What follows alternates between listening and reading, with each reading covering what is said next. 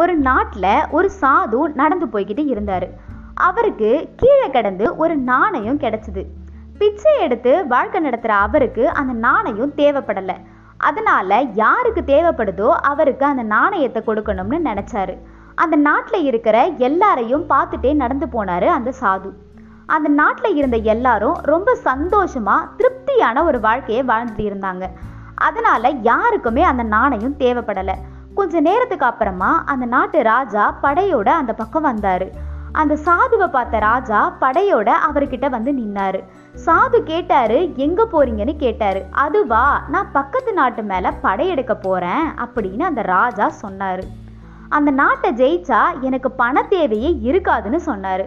உடனே அந்த சாது தன்கிட்ட இருந்த நாணயத்தை எடுத்து அந்த ராஜாவுக்கு கொடுத்தாரு.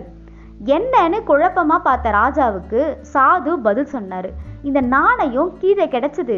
இந்த நாணயத்தை தேவைப்படுற ஒருத்தருக்கு, கஷ்டப்படுற ஒருத்தருக்கு கொடுக்கணும்னு நினைச்சேன். ஆனா உங்க நாட்டுல யாருமே கஷ்டப்படல, எல்லாரும் சந்தோஷமா இருக்காங்க. நீங்க மட்டும்தான் உங்ககிட்ட இருந்து போதாதுன்னு அடுத்த நாட்டு மேல படையெடுக்க போறீங்க.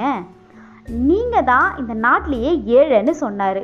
இதை கேட்ட ராஜா தன்னோட தவறை உணர்ந்து தன்னோட படையெடுப்பையே நிறுத்தினாரு.